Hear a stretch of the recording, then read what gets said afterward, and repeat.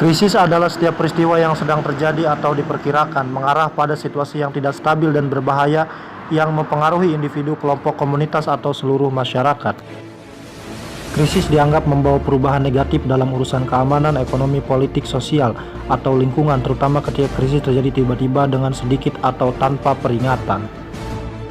Lebih jauh, krisis adalah istilah yang berarti waktu pengujian atau peristiwa darurat. Secara umum, krisis adalah situasi sistem yang kompleks, baik sistem keluarga, ekonomi, masyarakat, yang mana ketika berfungsi dengan buruk, keputusan segera diambil, namun penyebab hal tersebut tidak segera diidentifikasi. Krisis konstitusional.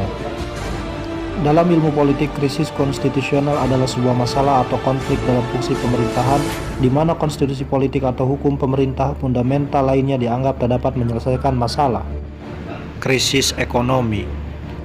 Krisis ekonomi adalah transisi yang tajam menuju masa resesi. Krisis lingkungan.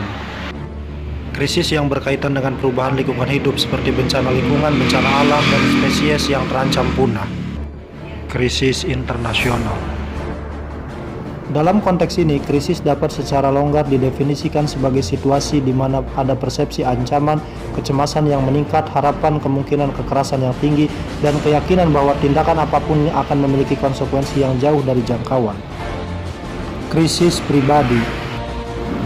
Krisis pribadi terjadi ketika seseorang tidak lagi dapat mengatasi suatu situasi. Ini didahului oleh peristiwa-peristiwa yang bersifat luar biasa yang memicu ketegangan dan tekanan ekstrim dalam diri seseorang, yaitu krisis, yang kemudian membutuhkan keputusan atau tindakan besar untuk diselesaikan.